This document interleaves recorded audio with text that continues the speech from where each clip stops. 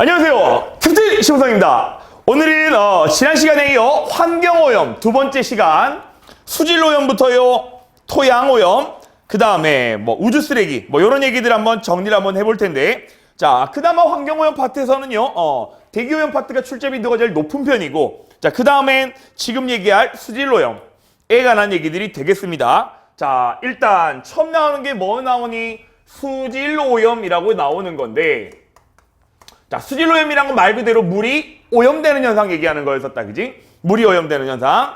캡틴 교재 97페이지입니다. 물이 오염되는 현상 얘기하는 건데, 자 수질오염을 일으키는 물질들이 뭐 있나요? 수질오염을 야기하는 물질들. 자 기본적으로 오염원으로부터 한번 생각 한번 해보자라면, 그래 물이 오염돼요? 뭐 때문에? 주로 수질오염이 일어나는 건 뭐 때문이다? 생활하수 때문이래. 그 외에도요 뭐까지? 공장 폐수, 공장 폐수와 아울러 축산 폐수까지, 주로 이러한 것들로 인해서 뭐다? 수질이 오염되는 건데, 자 기억하셔야 될 거는 수질오염원 중에 가장 많은 양을 차지하는 게 뭐다? 생활하수예요 라는 정도 좀 기억을 하도록 할게요.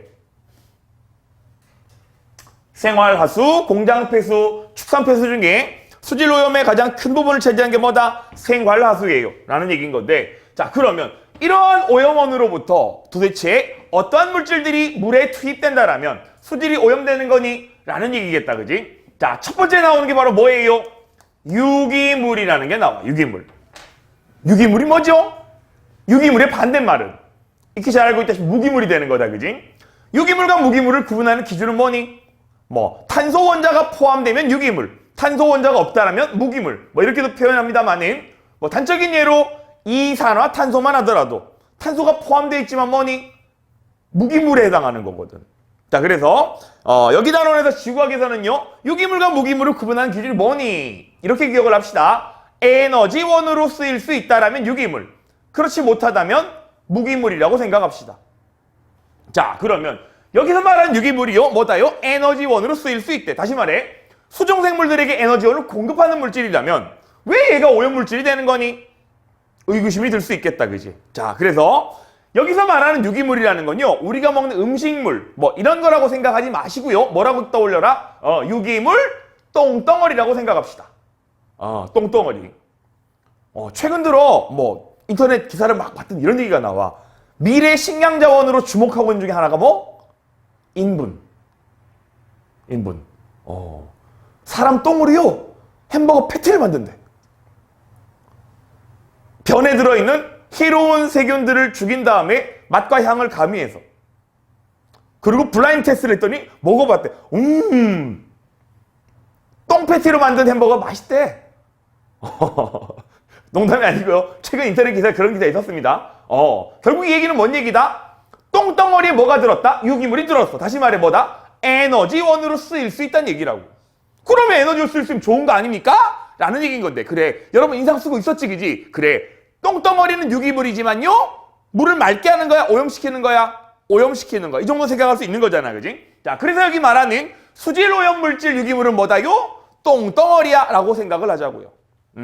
실제 똥개 같은 경우 똥 먹고 살고요, 예전에 제주도 똥돼지 같은 경우는 뭐냐? 똥 먹고 살았잖아. 봐. 자 유기물이 들어가면 뭐가 문제인 거냐라는 얘기인 건데, 자 보세요.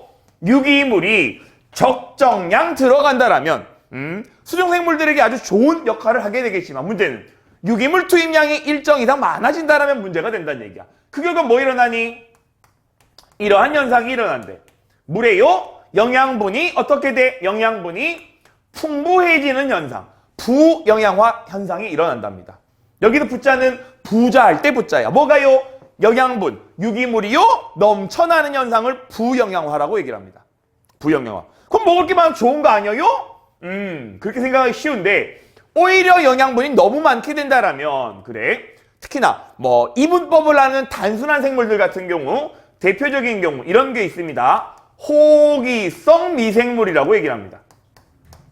호기성 미생물 같은 경우는 이분법을 하는 단순한 생물들이기 때문에 지네들이 살기 좋은 환경이 된다라면 개체수가요 기하급수적으로 늘어나 버려.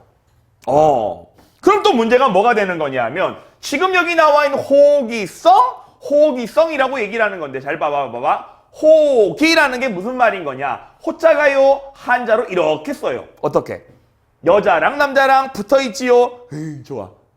좋을 호자야. 근데 뭘 좋아한다고요? 기체를 좋아하라는 성질. 무슨 기체? 기체 중에서도요 뭐다? O2. 산소라는 기체를 좋아하라 하는 생물을 호기성 미생물이라고 합시다. 호기성의 반대말은 혐기성. 그래서 호기성 미생물들이 늘어나게 된다고. 호기성 미생물들이 늘어나게 되겠고요. 호기성 미생물이 늘어난다는 얘기는 얘네들이 뭐다? 물속에 녹아있는 산소를 많이 먹어버린다는 얘기겠지. 그러면 물속에 들어있는 뭐다? 산소량이 줄어들게 될 텐거니까 당연히 수중생물들이 호흡하기 좋아 나빠? 나빠. 호흡을 못해요? 질식해서 어떻게 되니? 떠올라. 물고기 떼죽음에 이르게 된다는 얘기. 자, 또 아울러 이러한 호기성 미생물들이 늘어남으로 인해 뭐가 늘어나요? 이렇게 영양염류가 늘어난다고 얘기를 합니다. 영양염류. 자, 영양염류라고 적지 말고요. 요렇게 정리하도록 할게요. 뭐다요? 질산염. 또 뭐다? 인산염 같은 물질들이 늘어나게 된대. 자, 질산염, 인산염이라는 건 뭐냐? 이 미생물들이요, 우리 인간처럼, 고등생물처럼 물질 대사가 완벽하게 일어나지 않는 거기 때문에 유기물을 완벽하게 분해하지 못해 중간 산물이 발생한다고. 그런 것도 뭐다? 질산염, 인산염이라고 얘기를 하고요. 그래, 질산염, 인산염 요딴 것들을요, 우리는 통칭해서 뭐라고도 불러? 영양염류라고도 부릅니다. 영양염류. 그럼 이러한 영양염류가 많다라면 어떻게? 영양염류가 많은 거니까 먹을 게 많지, 그지? 따라서 뭐다? 해조류들이 늘어나게 된다. 해조류들의 조류들이 늘어나게 되는데 조류의 번식이 증가하는 현상이 일어날 거예요. 조류 번식이 증가한다라면 그래, 여기서 말하는 조류라고 얘기를 하는 게 어떤 걸 얘기하는 거냐? 끼룩끼룩 날아다니는 새 조류가 아니고요. 해조류 얘기하는 건데 해조류에는 뭐 있니? 우리 보통 잘 알고 있던 적조류가 있고요. 또 뭐 있니? 녹조류가 있습니다. 적조와 녹조. 적조류, 녹조류 합쳐가지고 뭐다? 조류라고 얘기를 하는 건데 적조라고 얘기를 하는 건 주로 어디 사니? 붉은색을 띠는 조류. 주로요 바다에 많이 살고요. 녹조류, 녹색을 띠는 조류 같은 경우는 주로 어디? 강 또는 하천이라고 얘기를 하지, 그지? 하천에 많이 살게 된다고. 그 결과 조류들이요 필요 이상으로 많아져 바다가 어떻게? 적조류가 늘어나 붉게 보이는 현상, 뭐도요? 적조 현상이 일어나게 되겠고요. 하천에 녹조류가 많아지면 어떻게? 녹조 현상이 일어나게 되는 거야. 그래서 최근 4대강 사업에 해가지고, 그지? 하천이 많이 오염됐다라고 하지, 그지? 그래서 난 깜짝 놀란 게 외국인이 어디 나와서 인터뷰를 하는데 4대강 사업에 관한 얘기를 하는데 녹차라떼? 이런 표현을 쓰더라고. 엄청 수치스럽다고. 대한민국 국민으로서. 어쨌든 강이 오염된다라면 뭐다? 녹조류 증가에 의해 뭐다? 마치 녹차라떼 같이 녹조류가 많아진 현상, 녹조 현상이라고 얘기를 합니다. 어쨌든 그래서 지금 여기 나온 호기성 미생물이 늘어나거나 또는 조류 번식에 의해 어떻게 된다? 뭐가 늘어나게 된다고요? 산소 잡아먹는 놈들이 늘어남으로 인해 어떻게 된다? 자, 용존 산소량이 어떻게 됩니까? 줄어든다라고 얘기를 한대. 용존 산소가 줄어든대. 용존 산소?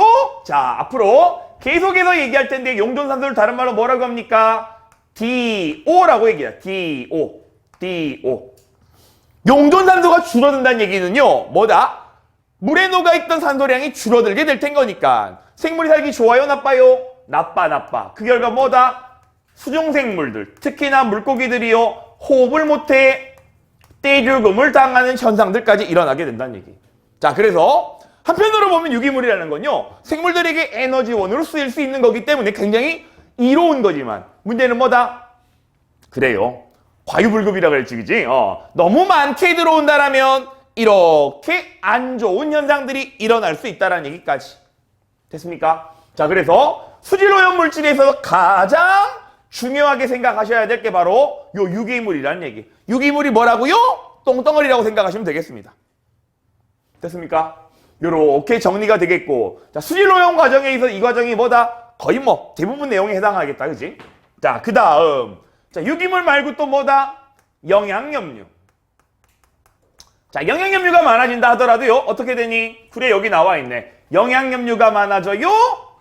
질산염, 인산염 등이 늘어나게 될 텐 거니까 마찬가지 뭐다? 조류번식이 활발해. 물고기 떼죽음에 이르게 되겠다라는 것까지. 자, 그 다음에 또 뭐가 나오니? 수질을 오염시키는 물질. 자, 요거는 좀 기억을 하셔야 되겠습니다. 뭐가 나오냐? 중금속. 중금속이 하는 얘기인데, 자, 보세요. 자, 지금 여기 나오는 수질 오염의 가장 큰 놈, 유기물에 관한 얘기를 했었지, 그지? 자, 유기물은 주로 어디서 투입되니? 바로 뭐? 생활하수에 의해 유기물이 투입될 거예요. 왜? 뭐 음식물 찌꺼기라던가 뭐 여러 가지 세제, 친환경 세제가 아닌 화학약품을 사용한 세제 같은 경우는 이런 질산염, 인산염 같은 영양염류가 증가하게 되는 현상을 일으키게 되겠다. 또 아울러 축산폐수 같은 경우도 뭐겠냐? 동물들의 뭐다? 분뇨 이런 것들에 의해서 유기물이 하천으로 흘러든다라면 이러한 부영양화에 의해 수질오염이 일어날 수 있겠다. 됐습니까? 자, 그러면 지금 여기 말한 중금속이라는 건 뭐니? 대표적인 중금속들이 뭐 있습니까? 일단은 납, PB, 납, 또 뭐 있어요? 순, 또 뭐까지요? 카드뮴까지. 자, 이런 것들이 바로 뭐다? 중금속인 건데 이러한 중금속을 가정에서 흔히 사용하진 않겠지, 그지? 바로 중금속은 어디서 나온다? 그래, 공장 폐수를 통해 중금속이 하천으로 흘러들어갈 수가 있어요 라는 얘기고, 이러한 중금속 같은 경우는 문제가 뭐냐? 생명체 내에 들어오잖아.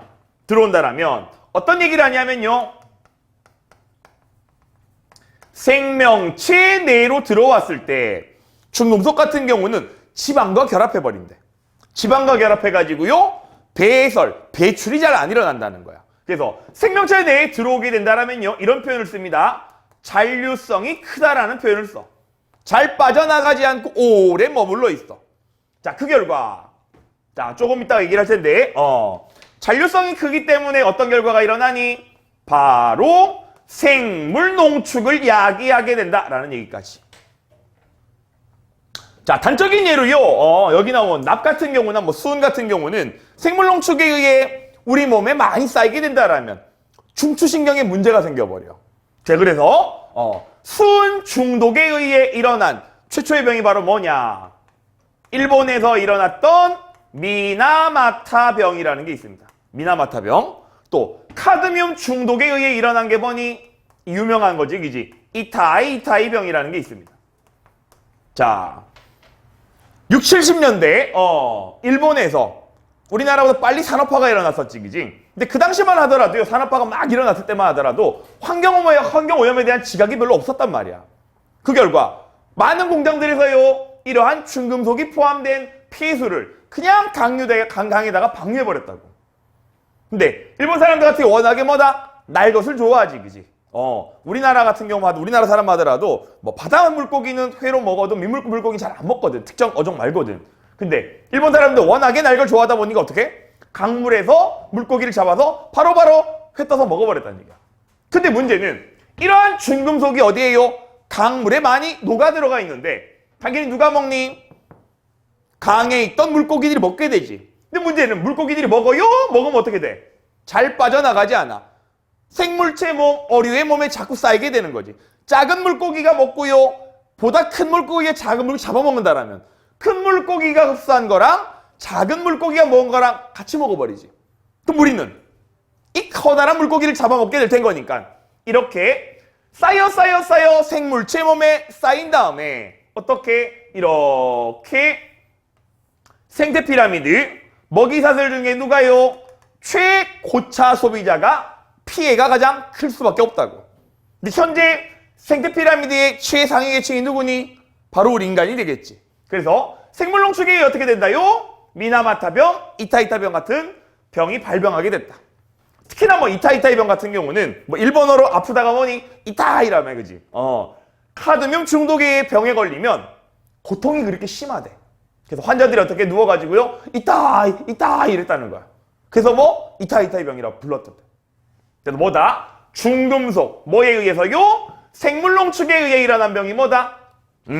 미나마타병, 이타이타이 병. 이 정도는 뭐 상식으로라도 좀 알아두시면 되겠고요. 또 아울러 뭐까지? 이런 표현을 씁니다. 유기화합물. 유기화합물.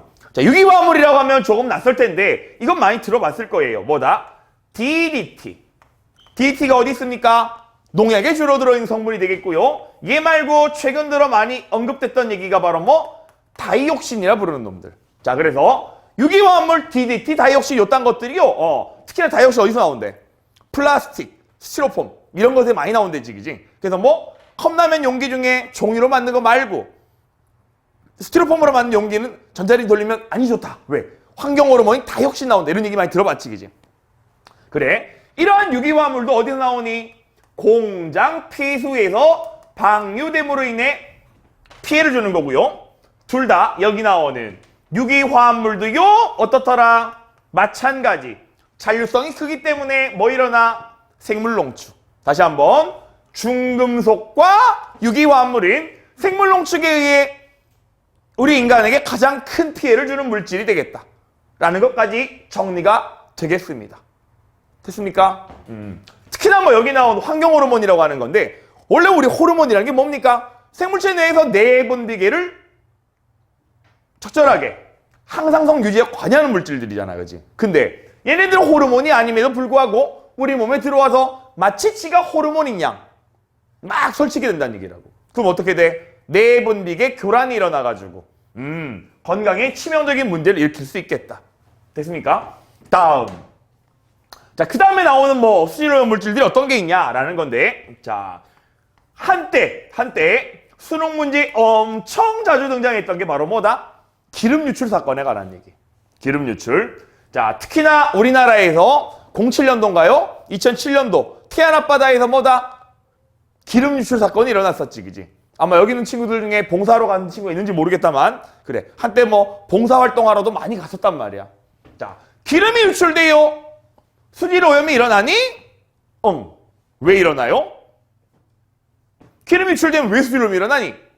바로 여기 나와 있는 기름이라는 것도요. 뭐에 해당해? CXHY. 탄화수소에 해당하는 거지, 그지? 쉽게 말해 뭐다? 일종의 뭐에 해당한다? 유기물에 해당한다는 얘기야. 그러면 당연히 유기물량이 늘어날 텐 거니까 위와 같은 작용들이 일어날 수 있겠죠.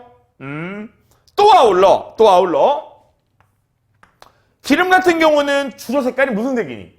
검은색이란 말이야. 게다가 기름은 물보다 밀도가요 작아. 그 결과 검게 진한 기름이 해수면 위를 덮어버린다는 얘기야. 그러면 어떤 현상이 일어나니? 바닷물에 살고 있는 광합성 생물들에게 공급되어져야 될 태양 복사 에너지량이 줄어들게 될 거야. 그 결과 식물의 광합성이 어떻게 해요? 잘 일어나지 않게 되겠네. 그지? 그러면 광합성이라는 게요, 단순하게 뭐 희양생물들이 유기물, 포도당을 합성하는 작용도 있겠습니다만은 뭐다? 수중생물에게 무슨 월 공급? 산소 기체를 공급하는 역할도 하거든. 그래서 광합성량이 줄어요. DO, 용존산소량이 줄어드는 반응까지 일어난다는 얘기. 됐습니까? 이렇게까지 정리하시면 되겠습니다. 수질오염 물질들 쭉 정리가 되겠고요. 자, 기본적으로 가장 중요한 얘기는 뭐다? 부영양화에 따른 호기성 미생물 증가, 영양분 증가, 용존산소 감소. 이딴 얘기들 좀 정리를 하셔야 되겠습니다. 자, 그 다음에 우리 지금까지 정리한 게 캡틴 교재 97페이지 얘기한 거고요. 자, 거기 98페이지 한번 넘겨볼게요. 자, 뭔 얘기를 또 할 거냐면요. 이런 얘기도 나온대. 쓰레기 섬에 관한 얘기를 한번 해볼게요. 쓰레기섬. 쓰레기섬이 뭐니? 라는 얘기일 텐데, 자, 기본적으로 쓰레기섬이라고 얘기를 하는 것은, 세계 각국에서요, 수질을 오염시키는 여러 가지 쓰레기 물질들을요, 강물 또는 바다에 방류해버리지. 특히나 우리 뭐 여름철, 바닷가에 놀러 가가지고 뭐, 페트병 같은 거 바닷물에 쉽게 던져버린다라면, 얘네들은 문제가 뭐니? 플라스틱이 잘 썩지가 않지, 그지? 부식이 잘 안 일어난 거와 아울러 문제는 뭡니까? 물보다 밀도가 작기 때문에 바다 아래 가라앉지가 않아. 그럼 어떻게 되냐? 바닷물에 둥둥 떠다닌단 말이야. 그러면 우리나라 동해안 바다에서요 플라스틱병을 던져놨다. 그럼 우리나라 동해안은 뭐가 흐르니? 동안난류. 난류 흐르지, 그지? 또 동안난류는 뭡니까? 크게 보자라면 쿠로시오 해류의 일부가 되는 거라고. 그 결과 각국 세계 바다에 떨어뜨린 플라스틱 같은 밀도가 작은 쓰레기들이 해류를 따라 전 세계 바다를 빙글빙글 돌게 된다고. 그러다가요 어떻게 중요한 얘기가 해류의 유속이 급격하게 감소하는 공간에 어떻게 된다? 플라스틱과 같은 밀도가 작은 물질들이 뭐하게 돼요? 밀집하게 된다는 얘기. 그 결과 어떻게 됩니까? 플라스틱 덩어리들이요 커다란 섬처럼 바다 위에 둥둥 떠다니는 걸 우리 뭐라고 하자? 쓰레기 섬이라고 합니다. 자, 그래서 교재 98페이지 보시면 세계 대양에 쓰레기 섬에 있는 곳들이 쭈르륵 나와 있지, 그지? 왜? 각각의 바다마다 뭐다? 해류의 순환. 아열대 순환이든 열대 순환이든 일어날 텐 거니까 해류 순환에 의해 일어난다는 얘기라고. 자, 단적인 예로 이런 거 한번 보자. 이렇게 뭐가 흘러? 그림을 대충 한번 그려볼게요. 뭐 우리나라가 이렇게 있고요. 여기에 뭐가 있어요? 뭐 미국이 이렇게 있다고 치고 여기가 뭐 멕시코 이렇게 있고요. 여기 남아메리카 이렇게 있다고 칩시다. 그럼 여기가 뭐니? 적도가 될 텐 거니까 봐봐. 북태평양의 아열대 순환 여기 뭐 흐르니? 북적도 해류가 흐르겠지. 얘가 북적도 해류겠고요. 또 여기 이렇게 흐르는 게 뭡니까? 북태평양 해류가 된단 말이야. 자, 근데 문제는 태평양이랑 북태평양 커다란 바다의 왼쪽, 서쪽 경계에 흐르는 해류. 뭐라 부르니? 서안 경계류. 뭐에 해당합니까? 쿠로시오 해류. 서안 경계류와 동안 경계류 중에 해수 이동량이 누가 크다? 서안 경계류가 크고요. 동안 경계류가 작지. 그 결과 쿠로시오 해류는요. 이렇게 해류의 폭이 좁고요. 이렇게 빠르게 해수가 수송된단 말이야. 반면 대양의 동쪽 동안 경계류 같은 경우는 한류인가 오늘 어떻게 됩니까? 해류의 폭이 이렇게 넓고요. 어떻게? 해수 수송량이 적게 되겠지. 그 결과 이렇게 빠르게 흐르던 해류가 캘리포니아 해류로 가는 순간 유속이 느려져 버리겠지. 그 결과 어떻게 됩니까? 어디? 여기 부분 해류가 급격하게 느려지는 구간에 뭐다요? 플라스틱 같은 것들이요 둥둥 떠서 머물게 된다는 얘기라고. 그 결과 뭐 만들어져? 쓰레기 섬이 만들어지는 거예요 라는 것까지 정리를 하시면 되겠습니다. 됐습니까? 자, 지금까지 얘기한 게 뭐에 관한 얘기? 수질오염과 수질오염을 야기시키는 물질들, 또 각각의 물질들이 어떠한 영향을 주는가까지 정리가 되겠습니다. 정리하고 갈게요. 자, 이어서 우리는 키팅교재 97페이지 잠깐 한번 봅시다. 97페이지 잠깐 보면 어떤 얘기가 나오니? 그래요. 오염원, 수질오염을 야기시키는 물질들의 오염원의 물질들에 관한 얘기를 이미 했었고요. 오염원의 종류에 관한 얘기를 해보자. 뭔 얘기냐? 오염원의 종류 일단은 점오염원이라는 게 있고요. 비점오염원이라는 게 있대. 점오염원과 비점오염원의 차이가 뭐니? 라는 얘기인 건데, 자, 단순하게 얘기를 해가지고요. 점오염원은 뭐다? 특정한 곳에서 오염물질들이 배출되는 걸 얘기하는 거고요. 비점오염은 뭐다? 불특정한 곳에서 오염물질들이 배출되는 걸 얘기하는 거야. 아직 감이 잘 없나? 자, 점오염원 같은 가장 대표적인 게요. 가정에서 하수를 방류하는 거 어딜 통해서? 하수구를 통해 방류되겠지, 그지? 그러면 하수구 그놈이 문제란 얘기잖아. 반면 공장 같은 경우 하더라도요. 공장 폐수가 어떻게 방류되는 구멍이 따로 있자는 얘기지. 그래서 점오염원이라고 얘기를 하는 건요. 오염물질들이 배출되는 곳이 어디야? 라고 딱 짚어낼 수 있는 걸 뭐라고 한다? 점오염원이라고 한다는 얘기야. 반면 비점오염은 어떤 거 얘기하는 거냐면 도로가. 실제로 뭐 휴가철 같은 경우는 고속도로에 차량 운행 굉장히 많잖아, 그지? 그러다가 비가 내렸더니 도로에서부터 뭐 오염물질들이 쫙 하고 많이 흘러가더란 얘기야. 그럼 과연 이 오염물질들이 어느 차에서 어느 지역에서 누가 버렸는지 쉽게 잡아낼 수 있다 없다? 없는 거지. 또 어떤 거? 도로 말고요. 논밭 같은 경우도. 뭐 예를 들어 논이 이렇게 있다라고 치자라면 얘가 A 거고요. 여기 나온 얘가 B 거고요. 얘가 C 거라고 칩시다. 근데 논밭 옆에 뭐가 지나가? 이렇게 하천이 흘러가는 건데 얼랄라 여기 논밭을 지났더니 수질이 굉장히 오염됐단 말이야. 그러면 누구야? 누구야? 깜짝 놀랐어. 누구야? A, B, C 세 사람 중에요. 여기 하천을 오염시킨 범인이 누구니? 벌금 먹일 거야. 나와봐! 나와 안 나와? A님이 쉽게 찾아 못 찾아? 못 찾거든. 이런 것들을 우리가 뭐라고 하자? 비점오염원이라고 얘기를 합니다. 점오염원, 비점오염원. 그래, 오염물질을 방류한 놈을 쉽게 잡아낼 수 있니? 없니? 차이가 되겠다. 그러면 당연히 얘네들을 비교했을 때 오염원을 처리할 때 처리하기가 효율적인 건 누가 되겠니? 당연히 점오염원이 효율적일 테고요. 비점오염원이 비효율적이겠지. 처리 효율에 관한 얘기와 아울러 자, 또 이런 얘기까지 점오염원과 비점오염원 중에서요. 계절의 영향은 누가 더 많이 받을까요? 뭐 앞서 보였다시피 논밭, 농사랑 관계된 거니까 얘가 당연히 계절 영향이 클 테고요. 얘가 작을 수밖에 없겠지. 특히나 도로 같은 경우는요. 휴가철이냐 아니냐, 차량 운행이 많은 명절 때냐 아니냐 뭐 이런 얘기들과 아울러 논밭은 농사와 아울러 농약 사용이 직결되는 얘기를 된 거니까. 그래서 점오염원, 비점오염원까지 정리가 되겠습니다. 됐습니까? 자, 그 다음에 다시 이제 우리는 98페이지로 돌아오셔서요. 대박 중요한 얘기를 하게 될 거야. 뭐에 관한 얘기? 자, 보자. 뭐에 관한 얘기냐? 수질 오염의 지표. 물이 얼마나 오염됐니? 라는 걸 뭘로 따지면 될까요? 라는 거야.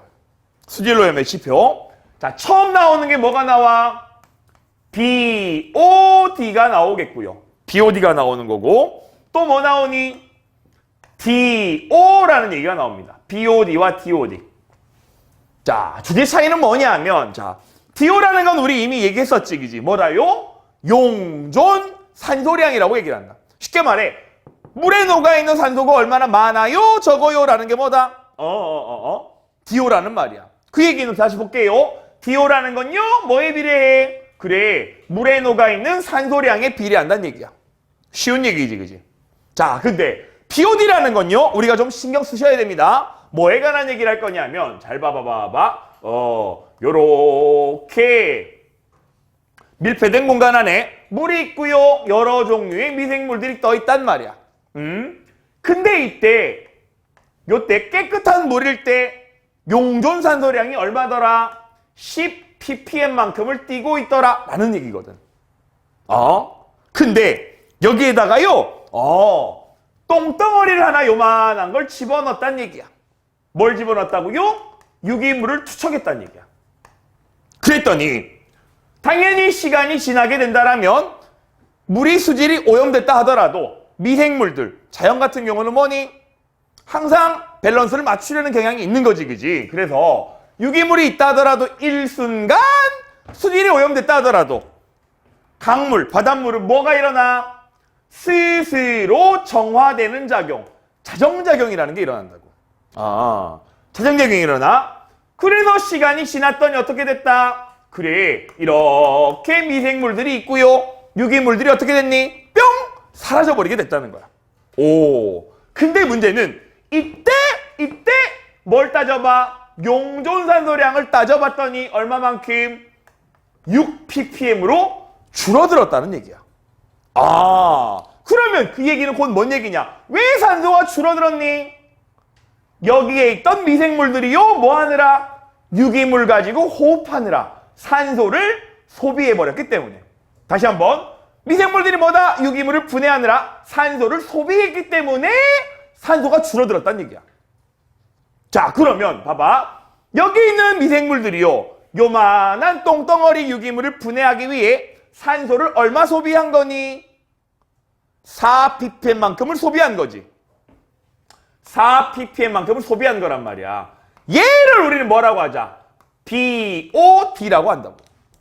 자, BOD라는 건 뭐다? 생물학적 산소 요구량, Biochemical Oxygen Demand, 뭐 이렇게 얘기하거든. 다시 말해, 일정량의 유기물이 물에 투입됐다라면 요 유기물을 분해하기 위해 산소를 얼마나 소비해야 돼? 요 유기물 분해하기 위해 산소가 필요한 게 얼마니? 라는 얘기가 뭐다? BOD라는 얘기야. 그럼 이번에 또 봐봐. 이번에 똑같은 실험을 한번 해볼게. 요렇게 미생물들이 들어있는 건데 얼마라고요? DO가 10ppm이었다. 마찬가지로. 근데 이번에는 똥덩어리를 이따만한 걸 집어넣었다는 거야. 그러고 시간이 지났더니 뭐 일어나? 마찬가지 자정작용이 일어났는 건데 얼랄랄랄라 이때 봤더니 얼마가 됐다? 3ppm으로 DO가 줄어들었다는 거야. 그러면 이렇게 큰 덩어리의 유기물을 분해하기 위해는 산소가 얼마 소비된 거니? 7ppm이 소비된 거지. 이게 바로 뭐에 해당한다? BOD에 해당한다는 얘기라고. 그 얘기는 잘 봐봐. 여기 나오는 BOD라는 것은 뭐다요? 물에 투입된 유기물이 있다라면 얘를 분해하기 위해 산소가 얼마나 필요해? 라는 얘기라서 자, BOD라는 건 뭐에 비례한다? 그래, 물에 들어있는 오염물질의 양, 유기물의 양에 따라 비례하는 거야. 요렇게 기억하시면 좀 더 쉽게 생각할 수 있을 겁니다. 그럼 우리 생각 한번 해보자. BOD, DO, 그래요. 뭐 너무나 뻔한 얘기겠다만 BOD가 크다라는 얘기는 유기물이 많다는 얘기겠지. 똥덩어리가 물에 많이 들었다는 얘기야. 그럼 뭔 얘기냐? 수질 오염 정도가 어떻다는 얘기입니까? 수질 오염이 많이 됐어요 라는 얘기란 말이야. 반면 수질 오염이 많이 됐을수록 산소는 많을까 적을까? 수질 오염이 심해요? 물고기가 살기 좋지 않은 환경이란 얘기겠지. 용존산소가 많아요 적어요? 적어요. DO는 어떻다요? 작을수록 수질 오염 정도가 크다는 얘기까지. 결론은 이것만 아시면 되는 건데 요렇게 이해가 좀 필요한 부분. 자, 왜 이해가 필요한 거냐? 우리 이런 얘기하거든. 조금 이따 기출문제 풀어보시면 아시겠지만 이런 얘기합니다. 수질이 오염됐는데 수중생물들이 살 수 있냐 없냐 결정하는 건, 생존 여부를 결정하는 거는 BOD 값일까요? DO 값일까요? 당장에 수중생물들이 살 수 있니 없니 라는 거 결정하는 거는 BOD야 DO야. BOD라는 건 있잖아, 똥덩어리 양이잖아. DO는 뭐니? 산소량이란 말이야. 그래, 예를 들어 사람이 물에 빠져 있는데요, 그 물에다가 똥덩어리를 막 들이부어. 똥덩어리가 들어왔다고 더럽다고 느낄 뿐이니까 당장이 죽냐? 그건 아니거든. 당장이 사냐 죽냐 결정하는 건 뭐야? 호흡할 수 있는 산소가 있냐 없냐가 중요한 거란 말이야. 이해됩니까? 그래서 물고기가 살 수 있냐 없냐라고 묻는다 때는 뭐 따져라? DO 값을 따져줘야 한다는 얘기라고. 그러면 여기 나와 있는 BOD라는 거 어떨 때 써먹니? 갑자기 BOD가 급격하게 증가한다는 얘기는 뭔 얘기니? 와! 누가 똥덩이를 집어넣었다는 얘기야. 그래 안 그래? 그래서요, 우리 이렇게 표현합니다. 뭐라고요? 강물이 흘러가되 BOD가요 급격하게 증가했다라는 것은 뭐구나?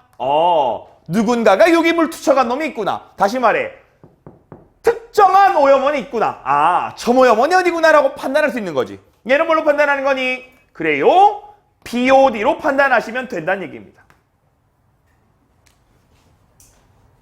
정리됩니까? 생존 여부의 결정과 아울러 점 오염원 파악, 뭐 가지고 파악해야 돼? 라는 얘기까지. 됐습니까? 자, 이로써 뭐 수질 오염에 관한 얘기, 굵직굵직한 얘기 다 정리가 끝났고요. 자, 그 아래 우리 뭐 나오냐? 수질 오염의 대책 나와 있지, 그지? 아주 상식적인 얘기들입니다. 수질 오염 대책, 수질을 막기 위해서 어떻게 해야 되니? 오염원을 줄여야 돼. 또 아울러 어쩔 수 없이 버려야 한다라면 오염물질들, 아니 좋은 물질들을요 많이 걸러낸 다음에 호수, 하천, 바다에 방류해야 되겠구나 라고 정리가 되겠습니다. 자, 98페이지 가운데 여기 기출문제 변형 문제 있습니다. 한 문제 풀고 진행하도록 할게요. 도전! 자, 기출교재 98페이지 기출문제 변형, 뭐 대표적인 문제 유형인데요. 한번 다뤄봅시다. 자, 일단 BOD와 DO가 나와 있는데 일단 공장은 점이냐 B점이냐 라고 묻는 거다, 그지? 자, 딱 봤더니 어떻습니까? BOD가요 여기에서 급격하게 증가했네. 어디 지날 때? A에서 B 지날 때요 BOD가 급격하게 증가했다는 얘기는 공장으로부터 뭐다? 많은 양의 유기물 투입이 있었다는 얘기겠지. 따라서 뭐다? 얘가 범인이야. 쉽게 찾아낼 수 있을 텐 거니까 점오염원이 되겠다.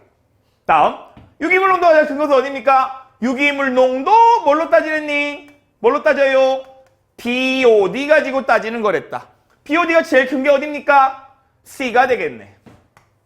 다음, 생물이 생존하기 가장 어려운 환경은 생물이 살아요? 못 살아요? 생존 여부 결정한 거 뭐였니? DO 따라 결정하는 거야. DO가 가장 작은 놈. 누구니? C가 아니라요? D 지점이라고 해야겠네. 자, A에서 C까지의 구간에서 수질은 갈수록 나빠지니 BOD가요? 증가하다가 감소했고요. DO가 감소하다가요? 증가했네. 계속 나빠지고 있는 건 아니에요. 게다가 C 지점 이후는 어떻게 됐냐? BOD가 줄어들어. 오히려 DO도 증가했지, 그지? 왜 이렇게 감소하니? 물이 스스로 정화되는 작용. 무슨 작용?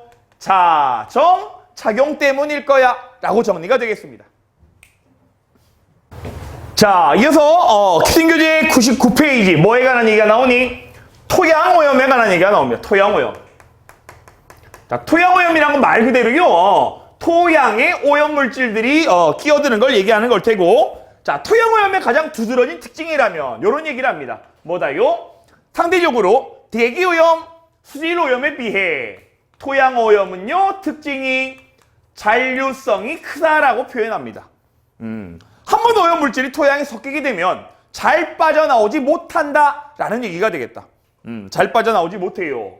자, 또 다른 말로는, 자, 최근 들어 수능 문제에 자료 해석에 관한 문제가 가끔 나오는데 잔류성이 크다고요? 라는 얘기는 다른 말로 이런 표현도 씁니다. 뭐다? 투수성이 어떻더라? 작다라는 표현을 쓴다고. 자, 다시 한번 이렇게 적지 말고 이렇게 얘기 한번 해볼까? 자, 잔류성이 크다고요? 라는 얘기인 건데 잘 봐요. 잔류성이 크다라는 거는 뭐에 따라 결정이 되는 거니? 토양의 뭐에 따라서요? 공극의 크기에 따라 결정이 된대. 토양의 공극이 클수록 뭐다? 잔류성이 크다고 얘기를 하거든. 공극이란 게 뭐였었니? 토양 알갱이들이 있을 때 알갱이상의 빈 틈의 크기를 뭐라고 한다? 공극이라고 얘기했었죠. 뭐 할 때 얘기했냐?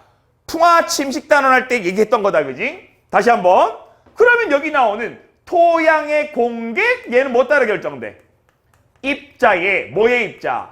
토양의 입자의 크기에 따라 결정이 됩니다. 토양의 입자 크기에 따라 결정이 된다는 얘기고요. 잘 봐봐봐. 토양 입자가 작은 놈과 큰 놈이 있다라면 누가 공극이 크니? 보세요. 요렇게 일정 공간 안에 토양 알갱이들이 들어있는데 얘는 입자가 커다란 놈이 이런 식으로 배치가 되어 있는 거고요. 얘는 어떠냐? 작은 입자들이 이런 식으로 배치가 되어 있는 거라면 얼핏 보기에는 빈틈의 크기가 누가? 얘가 큰 것 같지만 얘는 어떠니? 상대적으로 작은 틈이 개수가 얘보다 무진장 많은 거지, 그지? 그래서 토양 입자 알갱이상의 입자 크기는 입자 크기가 작은 놈과 큰 놈 중에 토양의 공극은 누가 큰 거야? 오히려 뭐다? 입자 크기가 작은 놈이 토양의 공극이 더 크기 때문에 잔류성이 더 크다라고 얘기를 합니다. 그래서 봐봐. 토양의 공극이 클수록 잔류성이 크다고요? 다시 말해. 토양의 공극이 크다는 얘기는 잔류성이 커! 잘 남아있으려고 한단 말이야. 그래서 뭐라고 표현을 쓰니? 투수성이 어떻게 된다? 투수성이요? 작다라고 표현합니다. 왜? 물이 토양 입자에 들어왔을 때 공극이 크니까 빈 틈틈 사이에 스며들어 빠져나가지 못한다는 얘기거든. 물이 통과하려는 성질이 작다. 그러면 공극이 크고요, 잔류성이 크다 또는 투성이 작다라는 얘기는 또 다르게 이렇게도 얘기를 한대. 뭐라고요? 오염물질의 확산은 어떻더라? 잘 일어나 안 일어나? 확산이라는 게 뭐야? 오염물질이 여기저기 퍼져나가는 건데 토양에 들어간 순간 공극에 갇혀 있는 거야. 잘 빠져나가 못 나가? 못 나가. 확산이 잘 안 일어난다. 이렇게도 표현한다고. 조금 이따 문제 풀어보시면 아실 겁니다. 어렵지 않은 얘기죠? 자, 요 얘기와 아울러 또 토양 오염의 특징은 그래, 이처럼 잔류성이 크기 때문에 오염물질들을 처리하기가 쉬워요, 어려워요? 처리하기가 어려워. 이 정도가 토양오염의 특징이 되겠습니다. 됐습니까? 어렵지 않죠? 토양오염.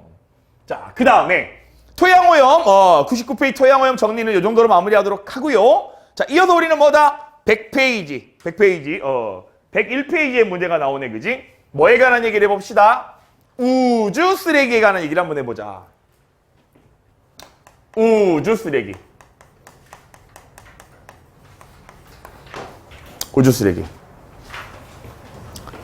자, 우주 쓰레기가 뭡니까? 라는 얘기인 건데, 자, 우주 쓰레기는 주로 뭐 때문에 나타나니? 뭐, 인공위성이라던가, 인공위성을 쏘아 올려, 또는 로켓 같은 것들을 쏘아 올릴 때, 뭐가요? 충돌 부스러기에 의해 만들어지는 게 우주 쓰레기가 되겠다. 우주 쓰레기. 그래서 뭐, 우주 쓰레기가 만들어지는 거는 뭐, 일개 개인이나 소규모 집단, 단체들에 의해서 일어나는 게 아니라 국가 차원에서 산업이 진행될 때 발생할 수 있는 거겠다라는 얘기고. 자, 그럼 우주 쓰레기라는 게 뭐니? 말 그대로요. 잘 봐요, 잘 봐요. 요렇게 지구가 있고 쓰레기가 이렇게 우주에 떠 있는 거란 얘기잖아. 근데 이 쓰레기가 가만히 떠 있니? 말이 안 되지, 그지? 왜? 당연히 얘가 지구 중력장에 있을 때는 뭘 받을 수밖에 없니? 이렇게 연직 방향 뭐 받아요? 중력을 받을 수밖에 없거든. 그럼 얘가 중력을 받는다면 어때야 돼? 낙하해야 되는 거 아니야, 그지? 근데 낙하하니 안 하니? 안 해. 왜? 이 우주 쓰레기는요, 가만히 멈춰 있는 게 아니라 뭐 하냐? 이렇게 지구 둘레를 뭐 하기 때문에? 공전하기 때문에. 그러면 빙글빙글 돌아가요. 공전해. 그럼 원운동에 의해 뭐다? 바깥쪽으로 튕겨져 나가려는 뭐 받아? 원심력을 받게 되는 거지. 원운동에 의한 뭐다요? 원심력이 작용하기 때문에 이 중력의 크기랑 원심력의 크기가 같다라면 얘가 어떻게? 떨어지거나 밖으로 빠져나가지 못하고 일정 궤도를 돌게 된다는 얘기잖아. 그래서 문제는 자, 역정리를 한번 하자라면 우주 쓰레기가 이렇게 빙글빙글 돌 수 있는 건 뭐 때문이다? 그래, 금방 얘기했던 대로요. 뭐다? 원심력에 의해서. 원심력 뭐 때문에 생기니? 지구 둘레를요, 일정 속도로 뭐 하기 때문이다? 공전하기 때문에 원심력 발생에 의해 떨어지지 않고 유지가 된다는 얘기라고. 자, 그래서 우주 쓰레기를 처리하는 기본 원리는 뭐냐면요. 실제 여기 있는 우주 쓰레기를 처리하기 위해 또 로켓을 쏘거나 인공위성 쏠 수는 없는 거잖아, 그지? 그래서 어떤 방법을 취하느냐? 뭐 교재 나와 뭐 나와 있니? 아주 단순 무식한 방법, 뭐다? 쌍끌이 그물로 포획하는 방법. 그래? 우주선 두 개가요, 그물 들고 쑥 지나가면서 쓰레기를 끌어낸다는 얘기라고. 뭐 이런 방법도 있겠고. 두 번째 뭐 나오니? 플라잉 페이퍼. 플라잉 페이퍼. 또 뭐 있니? 레이저 빗자루 모였다는 얘기들이 나오는 건데, 자, 기본적으로 우주 쓰레기를 처리하는 방법은 이 원리야. 자, 봐봐. 우주 쓰레기가 빙글빙글 돌고 있는, 지구 둘레를 돌고 있는 공전 속도를 줄여주는 거라고. 플라잉 페이퍼 날아가다 부딪혀 속도 줄겠지. 그럼 속도가 줄게 되면 어떻게 되겠냐? 얘 원운동에 있어 모두 줄게 되니 원심력도 줄어들게 된다고. 그 원심력이 줄어든다는 얘기는 뭔 얘기냐? 원래는 중력과 원심력이 평형을 이루어 일정한 궤도를 돌 수 있었던 건데 문제는 뭐가 됩니까? 원심력이 줄어요. 그 얘기는 원심력과 중력 중에 누가 더 크더라? 얘가 더 커짐으로 인해 뭐 하게 되니? 지구 중력에 의해 끌려와서요, 낙하하게 된다는 얘기라고. 그러면 얘 쓰레기가요, 빙글빙글 돌다가 슝 하고 낙하한다라면, 떨어진다라면 문제가 뭐다?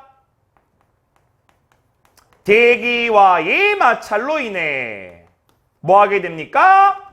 연소라는 과정을 통해 쓰레기가 불타 없어진다는 얘기. 자, 우주 쓰레기는요, 최근 들어서 우주산업이 발달한 이후로 만들어진 것들이고요. 뭐 때문에? 인공위성, 로켓, 요딴 것들 쏴가지고 만들어지는 충돌 부스러기들에 의해서 만들어지는 거야 라고 정리가 되겠고요. 이러한 쓰레기를 제거하는 기본 원리는 핵심이 뭡니까?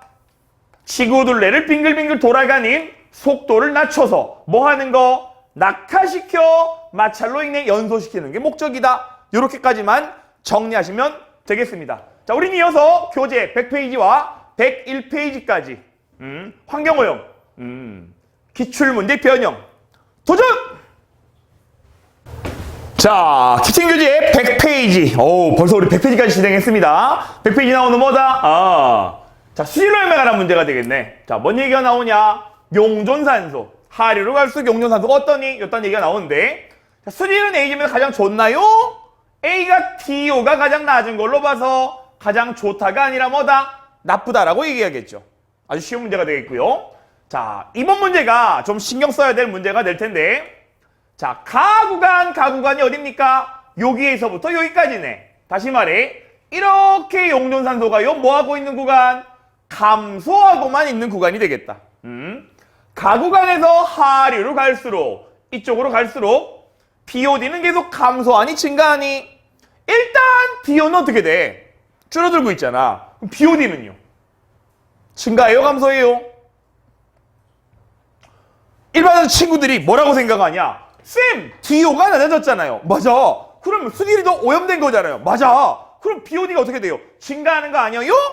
라고 얘기를 한다고. 그지? 이런 식으로 많이들 틀린다는 얘기인데 잘 봐봐. 잘 봐봐.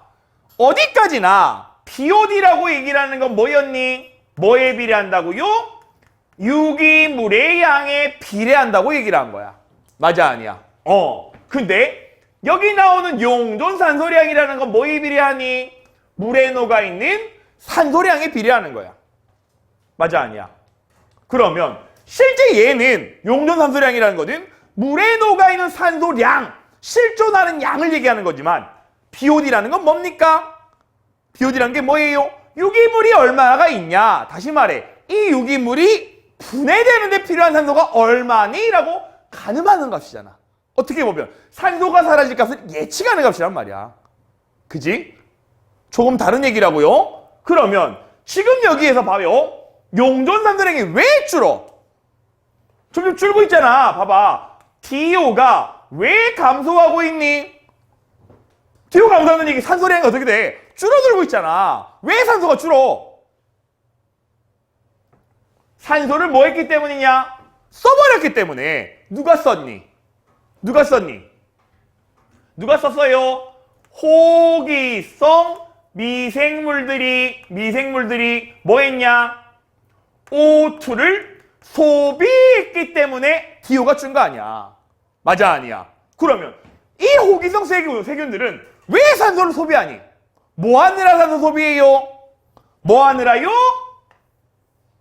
유기물을 뭐 하느라? 분해하느라 뭐 하냐? 산소를 소비했단 말이야. 그래, 안 그래? 다시 말해, 산소 소비하는 이유가 뭐 때문이니? 호흡하기 위함이잖아. 호흡량이 늘었기 때문에 산소가 줄었단 말이야.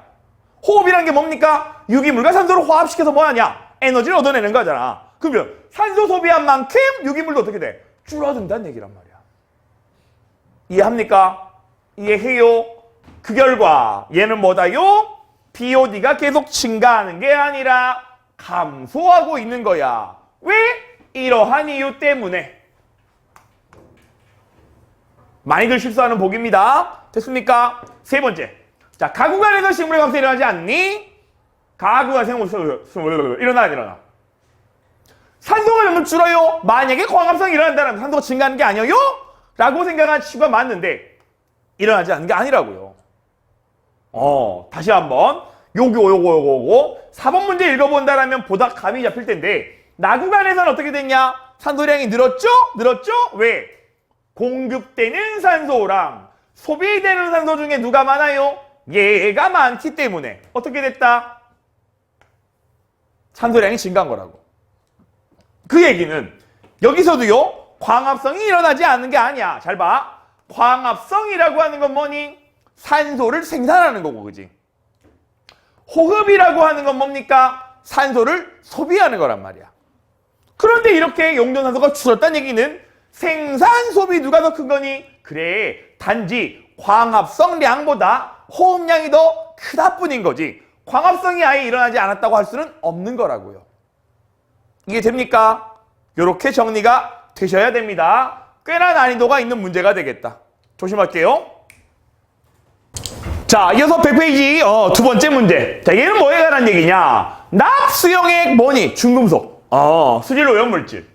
자, 문제를 잘 읽으셔야 됩니다. 문제를 꼼꼼하게 읽으셔야 되는데 포인트는 뭐냐? 납수용액을 얼마 넣니? 200ml가 줄어들면 콕을 잠궜대. 얼마 공급했다는 얘기냐? 200ml를 넣어줬다는 얘기야. 뭐 따라서? 굵은 모래냐? 가는 모래냐 따라서.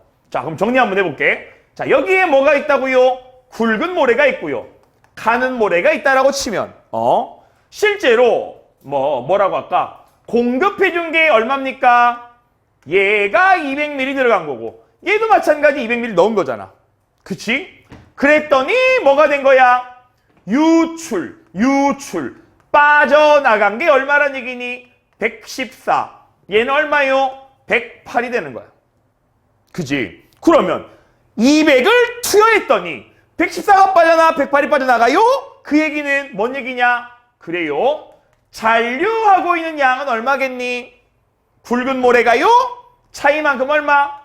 86만큼이 잔류하고 있겠고 가는 모래는 얼마 잔류하고 있냐? 92만큼이 잔류하고 있다는 얘기지. 그러면 앞서 얘기했던 게 뭐라고 얘기했냐? 잔류성이 크다고요? 어디에 잔류해? 토양 입자 사이사이 빈틈 공극에 따라서. 공극은 누가 큰 거니? 86, 92. 그래요. 가는 모래가 공극이 크고요. 굵은 모래가 공극이 작겠구나. 정리가 되겠니? 또 아울러 이렇게 잔류를 잘하고 못해. 그 얘기는 오염물질의 확산은 누가 더 잘 일어나니? 잔류를 잘하는 놈이요. 확산이 잘 안 일어날 테고 잔류를 잘 하지 못하고 유출되는 게 많을수록 확산이 더 잘 일어나겠네. 이렇게 정리가 되겠습니다. 아까 토양오염에 토양입자 공극에 관하니까 다 정리가 된 거지, 그지? 그럼 보자. 공극의 전체 부피는 누가 크니? 가는 모래가 큽니다. 시료가 잔류하는 남의 양은 잔류, 가는 모래가 많다. 왜? 공극의 크기가 크기 때문에. 공극의 크기에 따라서요, 잔류한 양이 결정되는 거야. 라는 얘기가 되겠고, 또 뭐라고 나와 있냐? 확산. 잔류가 잘 일어날수록 확산 잘 안 일어나게 되는 거지. 그러면 가는 모래가 굵은 모래보다 확산될 가능성이요? 작아요라고 해야지. 다음, 마지막 투수성은요?